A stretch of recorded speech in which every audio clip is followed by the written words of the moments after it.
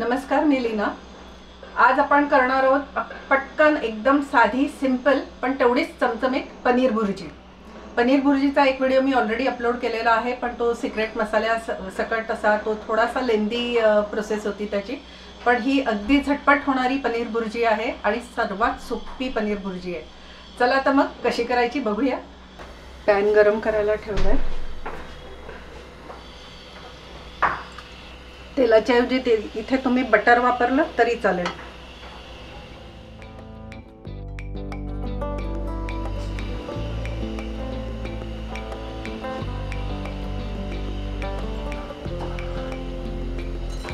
जिरं घालते। जिरं जरा छान फुलू दे।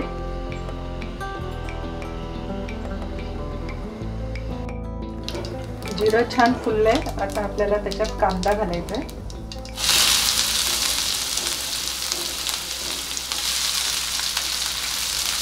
साधारण 2 कांदे आहेत बारीक चिरलेले। कांद्यावरच मी थोडीशी बारीक चिरलेली मिरची घालते।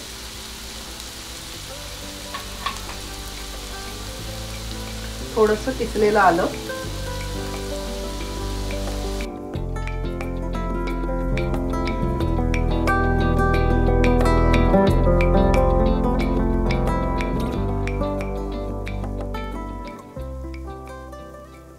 थोडी कोथिंबीर घालूया।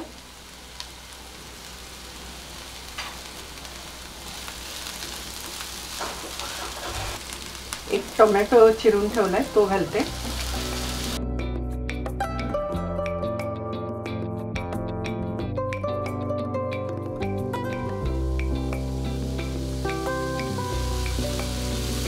थोडीशी लसणाची पेस्ट,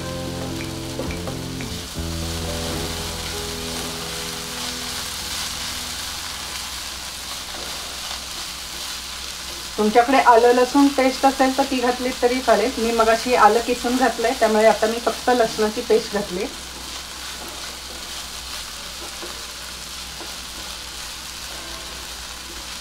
आता मसाले घालून घेऊया। थोडीशी हळद, थोडंसं तिखट,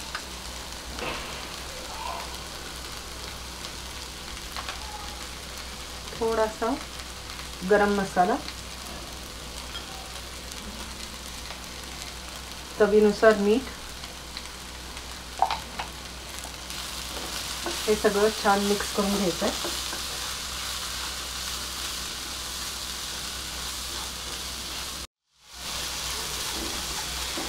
आता याच्यामध्ये हे जे किसलेलं पनीर आहे ते घालते मी सगळं।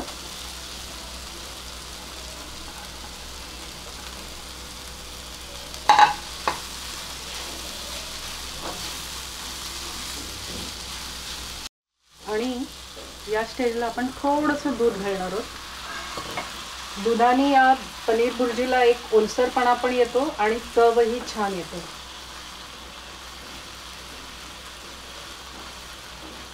पनीर घातल्यानंतर एक लक्षात ठेवा की खूप वेळ आपल्याला हे शिजवायचं नाही आहे। हार्डली 1-2 मिनिटांमध्ये गॅस बंद करायचा आहे, नाहीतर पनीर रबरासारखं चिवट होतं आणि मग ती पनीर भुर्जीची चव पण चांगली लागत नाही। सो आता मी गॅस बंद करते। आपली झटपट होणारी पनीर भुर्जी तयार आहे।